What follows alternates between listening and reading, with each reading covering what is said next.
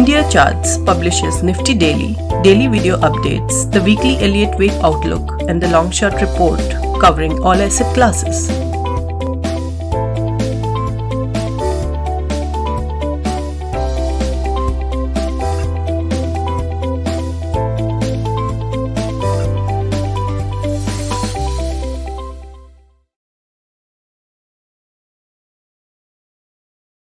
Hi everyone, this is the 16th of July 2020. This is Rohit Srivastav here, giving you an update on all the market action that has been going on.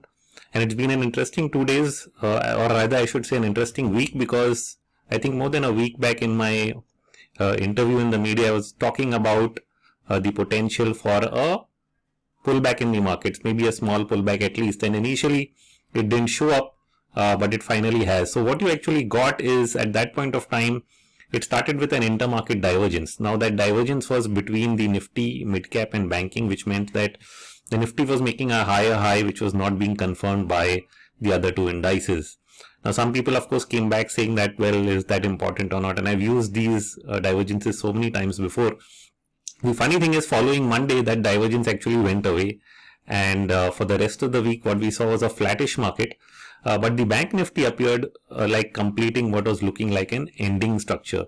So moment it completed that ending structure, exactly touching the top end of the line, I think one thing was clear, that there was potential for a pullback in banking. And then when we looked at what banking had been doing in the US, because most of these trends, especially when they are sectoral or when they are equity based, they're actually global.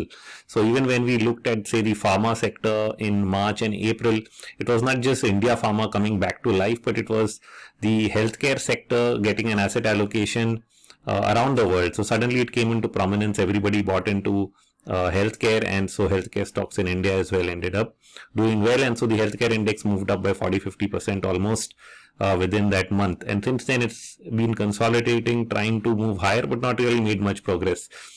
But that said, it's broken out of what has been a long downward trending channel, and so it's actually a long-term breakout. Now when we go back to what I was talking about, the bank index, so when we look at the last 1 month, the Dow Jones Bank Index was actually down for the entire month, losing 5-6% or more. And so that meant that you had a sell-off in financials around the world, but somehow the Indian financials were still holding on. And so there was room for this trade to actually play out with a lag, because sometimes these trends happen simultaneously, but Indian markets, peculiarly unlike rest of the world, actually end up lagging and then playing out. And so they actually create a lot more confusion as to whether the expected pattern is actually playing out or not. So but I maintained that because you had the wedging structure telling you that something's happening, and eventually what you got is a deeper sell-off in Bank Nifty than Nifty itself. So Bank Nifty did give you the pullback, going back to almost the 21,000 support. 2900 is where the previous swing low was, or the fourth wave of the wedge itself. So that becomes the key support. Many times markets find support there, which is where we are. In fact, that's where we are also for the mid-cap index. And so what ended up happening before the reaction we saw this week, so I think till Friday it was looking like only Bank Nifty selling off, Nifty is not moving down so much.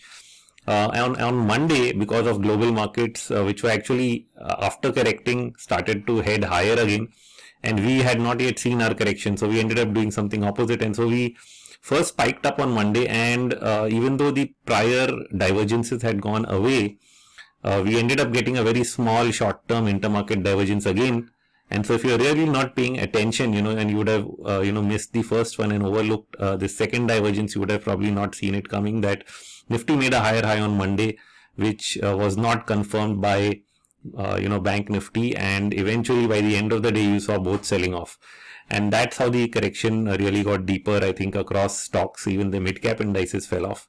And so what are you really seeing today? So while I'm recording this, what you're actually seeing today intraday, and so this will be important for the immediate trend, is you're actually getting an intermarket divergence very similar to the one you got on Monday, now on Thursday on expiry day, where you made a new low in the morning in Bank Nifty. And I'd actually been writing about that because Bank Nifty's hourly chart shows a ABC correction, and wave 5 of C had still not formed till yesterday. So I ended up noting that you might get a retest of the low and possibly test that 20,900 range if it has to complete that. So you ended up seeing a double bottom yesterday and then broke that today.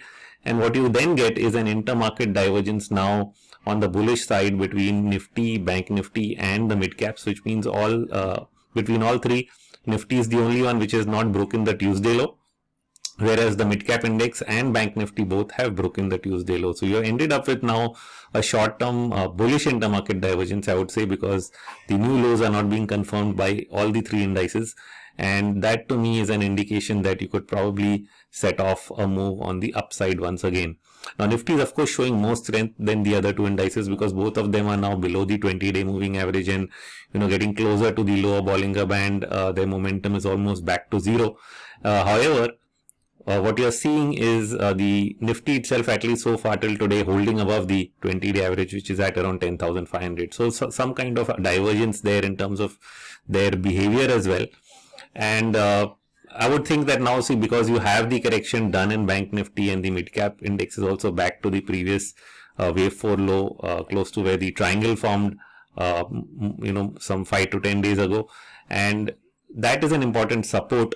And if you start seeing an up move in those areas, basically if the correction is done in the broad market, then it's probably time to move up again, and then maybe Nifty does not really go down that much as the others. So it's actually ended up holding up because of what we can call as rotation between sectors. So on the one hand, it was initially Reliance which was holding all the gains, but yesterday, right after its AGM and the announcement of one of the deals not going through, it reacted very sharply, losing almost 5-6% at one point of time.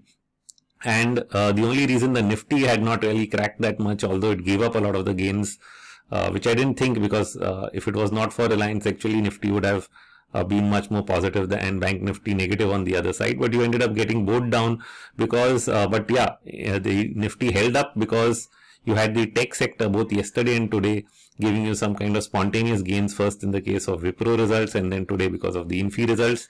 And that is helping the index actually hold up much better than the rest. So this rotation is where a broader index like the Nifty ends up, getting some kind of attention, while the rest of the market, rotates into a corrective pattern. So even it was possible that mid caps didn't fall so much, but finally today they did give up to a lower low. So that's where we are. So we're seeing the same kind of rotation even in US stocks and indices. So I've been posting the charts after the Dow Jones Banks Index. Yesterday I put out the Dow Jones Transports. That index was down for most of this time period when the Nasdaq was actually making new all-time highs. And now that is picking up momentum. So you might actually see a shift away from tech. Maybe tech needs to consolidate a bit, at least in the US. I'm not talking about Indian tech, but US tech may consolidate a bit. And then you get the transports moving up, and today I've put out a chart of the Russell, which is the small caps and mid caps, and they started to break out of a triangular pattern after consolidating, and their Bollinger Bands had really tightened, which means volatility had really reduced.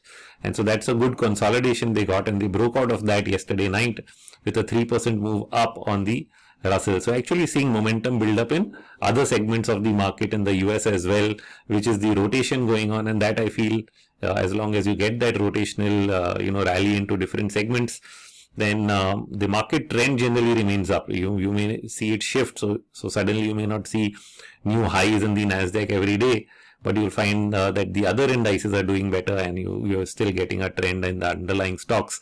And therefore, simply because you had this big down day 2 days ago in the Nasdaq doesn't really mean that the whole market has topped out. You've simply seen one segment weaken relative to others, and that was the strongest segment so far, and so it gives up some of the gains, shifting the preference towards others. And then why can't we say the same for even Reliance? After the big down day, it has immediate support at around 1780, which if it does not break, maybe it bounces, but will it consolidate or will it continue to rally to new highs? So it can definitely give up leadership for some time to some of the others. So far tech is taking the baton, and it could shift back to even mid caps and banking. My only concern with banking will be that because result season, you won't get very good numbers because of the lockdown and other risks to NPAs, that you can get poor numbers and market can react both ways to it. So while the worst may look like over on the Bank Nifty, you might get stock specific volatility based on results, and that could slow down the recovery phase of banking. So, but eventually you should see, all indices move up. So that's of course a different thing, and you already seen the US banks start to recover. So we'll join in, just maybe at a slower pace with some stock specific volatility. But yeah, look for basically rotation into other segments of the market. And one of the drivers, I've spoken about it and written my very detailed long short report on it, which is the reflation trade, which surrounds all the stimulus and monetary measures that have been taken by the government, and how do they reflect in terms of asset prices and which asset prices end up benefiting. So that I think is an important underlying thematic. And when we think of that, it has coincided with what is a major double top in the dollar index. The first time it touched 104 was in 2017. I thought that was the last of it, and that is the final top. But we ended up almost, retesting that high, coming close to 103 this year. And so it almost looked like you had a new dollar bull run when it was only a retest of the high. Now you've been seeing the dollar really fall for several weeks now since that level, and each time one of the things I keep watching out for is whether liquidity is moving back into reflating, just like it did post 2003. Of course, we are not in the same economic environment like 2002 or 2003, especially when you look at debt levels, but if you're applying so much of monetary action, then it's going to reflect in asset prices. And that's, I think, the more important takeaway right now, rather than what everybody knows that yes, numbers are not going to be good, GDP is not going to be good. It's going to take a while for the vaccine to really come in, though everybody's working head neck to get it out as soon as possible. We also know that so this will last a little longer till that happens, till we really get safety back. People are going to be working from home. Some sectors are really benefiting. I mean, investing, for example, itself has been doing a lot of business because retail has made a comeback. And that comeback in retail, some people thought of it as a bubbly trend. I have a very, very different opinion. I think I posted a note on that, a detailed one on indiacharts.com. You can go and read it. The return of retail and why I think it's a bigger trend and not just the return of a bubble. It's actually the start of probably a trend which is driven by the same thing. So on the one side, when you're reflating, you're actually providing a lot of liquidity. Now, of course, most of the advanced economies have already reached the point post 2008 and 2010 where they've brought down interest rates to the lowest level that they could have in that time period. But in India, we actually just starting to do that. So I've always said India is at a lag of around 8 to 10 years on the quantitative cycle compared to many other economies. We got our summer of high interest rates and inflation in the 90s compared to the US, which had it in the 70s. So similarly, US had it 2008 banking and financial crisis. We got our banking and financial crisis between 2018 and 2020, although it started getting recognized in 2015 itself after Raghuram Rajan put NPAs on the table. But the crisis in terms of NBFCs and then the rest of the banking sector selling off occurred this year. So if I just map similarities and I say something similar is going to happen, then even though banking stocks pick up with the rest of the market, what you might end up with is a scenario where the pickup might be an underperformance. So you've seen US banking stocks not yet go back to all-time highs across the board. Some of them have, maybe like JP Morgan, but not Bank of America, not Citibank. And so none of them have gone back there. They've just recovered from their worst scenarios. So you may see something similar in Indian banking. They'll pick up, but they might not be our best performing sector. It might not be the best performing sector anymore, though it might perform. So it will go up, but not, and it will be much slower, or at least not back to the highs. So there are two things. One is percentage gains, because even if you make a big retracement, your percentage gains are high. But at the same time, the return to, for people who've been long term holding that sector, returning to the levels where they were long ago might be a much more slower and painful process. So you'll have to look for new sectors and segments that are going to be the drivers of this move higher, and that's what I think you need to focus on by thinking about what reflating the whole world economy really means for different asset classes and where money will go, and that will give you an idea of what it's likely to be. So as this all happens, what you're getting is the return of retail, because when you push interest rates down in India, so that was the main point of making the quantitative cycle references, that we are now taking the pain in banking. At the same time, we are trying to stimulate by lowering interest rates, something they've already done before. And when we lower interest rates, what we do is we push people to go and search for yield, because no more are you going to get the same interest rates in your fixed deposits. Eventually, you'll find that even your pension accounts are actually earning. So the PF accounts start earning less. Of course, they'll still do much more than probably fixed deposits, but you will see those rates. We are finally seeing those rates come down, PPF rates come down, and eventually it makes people feel that, okay, if I'm going to earn a much lower yield there, where do I search for higher yields? And I think that's why money is moving back into equity. And it's also got reason because a lot of stocks have actually been hit much more than the index really shows. So the index may be at 7,500, may have made a low of 7,500. Of course, it's not there right now. It's at 10,000, but many stocks are still equivalent to, being at a 6,000 or a 5,000 kind of a Nifty level. So what investors ideally should do, and what they would probably think of if they broadly go with a fund, then they're of course only investing in the index. But the real opportunity, I think, is in individual stocks that have value and potential for growth, where you actually get higher yields in terms of dividend. So many of such opportunities were there. Some of them have been grabbed. Some stocks have already moved on that basis. From here on, what will happen is that even some of the junk which has rallied back circuit to circuit might actually along the way get left behind, because not all junk can keep moving forever.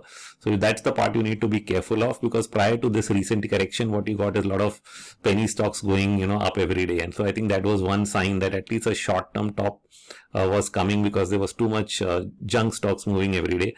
That may abate, though they might still participate on the upside, but the real gains should come in. Out of all those stocks, there will be few which have real value for a longer term turnaround, maybe some events in the economy, or sectoral trends, or something that the government does or has already done in terms of the recent reforms they announced. Those beneficiaries would actually be the ones that continue to give you the big returns. And there'll also be individual few sectors which have held out. Like for example, while we look at pharma, which is domestic pharma turning around, one of the sectors that has held its own has been MNC pharma, which has really not even declined through this correction. Similarly, you can see those trends also in probably chemicals as a sector, something which I have not really covered ever or looked at, but when I looked at the charts recently, none of them really went through a deep correction. So there are sectors that are either existing performers which can continue to do well. The only thing is it is possible some sectors actually slow down, and their relative performance weakens. But what I'm trying to say is there was an opportunity because stocks sold off, and that is where retail money flushed in. Hopefully they've gone into the right places. That I cannot really verify. But what I can say is that if you're going into a period where interest rates continue to go down, which is likely to be the trend in the months or weeks, or even maybe for the next 1 to 2 years, because that's what I think we are pushing for. And unless you really get a return of big inflation, which I think is not, mostly from what I read and understand, could be more than a year away. Only after the markets open up completely, our economies open up completely.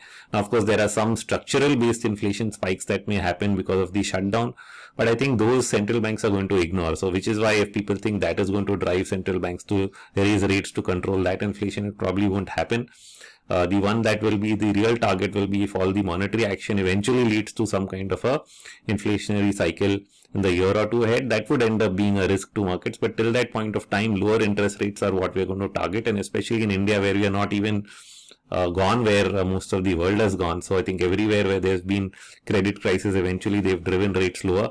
We couldn't do it till we got the IL&FS crisis. And after that, because of falling inflation and tight economy, we've been able to take the risk of lowering rates to the levels where we have already, and probably will continue to do so. And so that will push investors into looking at alternate assets, and I think equities in that sense become a beneficiary at large from retail money. So this whole shift of retail, which is being looked at so closely by many media articles and write-ups, wondering whether this is a bubble. My sense is that this is just the return of retail in search of yield, and those trends don't just end in a spike. They last for a couple of years before they really come to an end. So it's something you need to watch on a macro basis rather than on a micro basis as to where the end point is. Of course, every bubble ends, but the thing is, bubbles can get large, and if you're not at the end and at the beginning, then you're simply crying from the top of the tower, trying to ask the whole thing to fall apart. So far that's what we are looking at for the very, very short term, an intermarket divergence in Nifty that might mark that we've made the bottom today, and we should join the rally that has already occurred now in many other parts of the global markets, because they've held up when we were correcting, and now they're correcting a bit over the last 2 days, and maybe it's time for us to hold up. So we watch out for that and probably run up into the month end from here, even though this is a result season, so which will cause stock specific volatility, but in general I think the sentiment would improve from here after the correction we have already seen over the last few days. So that's all in this update from me today. Thank you.